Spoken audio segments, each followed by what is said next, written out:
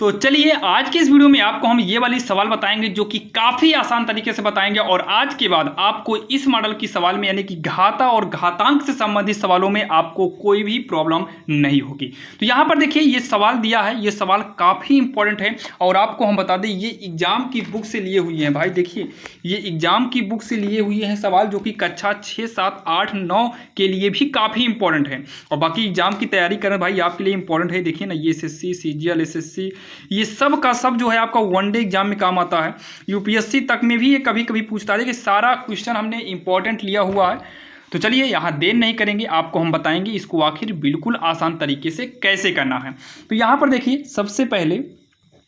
हमें दिया है 3 की पावर x माइनस में, 3 की पावर x माइनस 1 है पावर में ही, इक्वल का 18 है, ये हमको दिया हुआ है। अब हमें जो है x की पावर x ज्ञात करना है। तो देखिए 3 की पावर x लिखेंगे माइनस का, ये 3 की पावर में जो x माइनस 1 है, 3 की पावर में x माइनस 1 है तो इसको हम लिख सकते हैं 3 की पावर x अलग और 3 की पावर माइनस 1 अलग कर सकते हैं। जब आधार बराबर हो तो गुणा में घाते वैसे भी घट जाती हैं, जुड़ जाती है। जैसे ये माइनस में है तो घट जाएगी, प्लस में होता तो जुड़ जाता। तो वैसे ही ये हो जाएगा 3 की पावर x इंटू में 3 की पावर माइनस 1, ये बिंदी का मतलब इंटू होगा, पॉइंट यहाँ पर नहीं, इक्वल का कितना 18।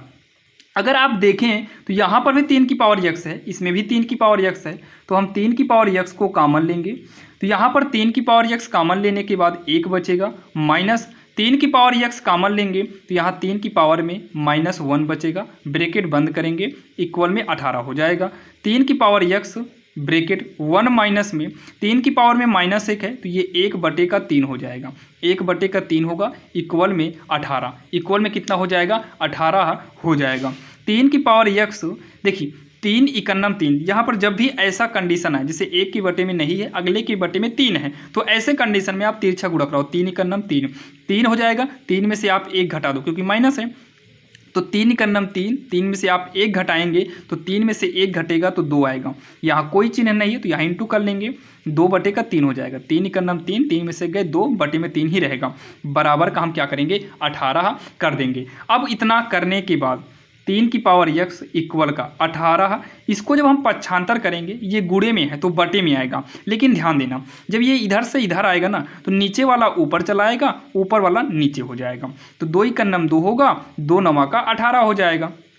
इतना कहने के बाद 3 की पावर x इक्वल में 9 त्रिक का 27 होगा, 9 त्रिक का 27 होगा, 3 की पावर x करेंगे, 27 का मतलब है भैया 3 का क्यूब, क्या होगा 3 का क्यूब, तो आधार बराबर है हटा दीजिए या तुलना कर देंगे तो x कितना आएगा 3 आएगा, x कितना आएगा 3 आएगा। और हमसे पूछा है कि x की पावर x का मान बताइए, x की पावर x का मान, तो x के स्थान पर 3, पावर में भी x है तो वहाँ पर भी 3, तो 3 का क्यूब करेंगे 27, यही इसका आंसर होगा। यहाँ पर हमने विकल्प नहीं लिए हैं, बाकी आपको एग्जाम में जैसे एग्जाम की तैयारी करेंगे तो वहाँ पर विकल्प देगा, 6, 7, 8 में रहेंगे तो वहाँ पर तो आपको आंसर ही करना मतलब आंसर लाना ही पड़ेगा, बाकी विकल्प आपको एग्जाम में देगा। ध्यान देना हर एग्जाम की तैयारी में आपको विकल्प मिलेगा और विश्वास करता हूँ कि आपको ये सवाल समझ में आई होगी। अगर कोई भी डाउट हो तो आप लोग कमेंट बॉक्स में कमेंट कर सकते हैं और ऐसे ही क्वेश्चन के लिए आप हमारे इस चैनल से जुड़ जाएं, चैनल को सब्सक्राइब कर लीजिए ताकि हम जितने भी वीडियो बनाएं वो लेटेस्ट नोटिफिकेशन के रूप में आपके पास पहुंच जाए।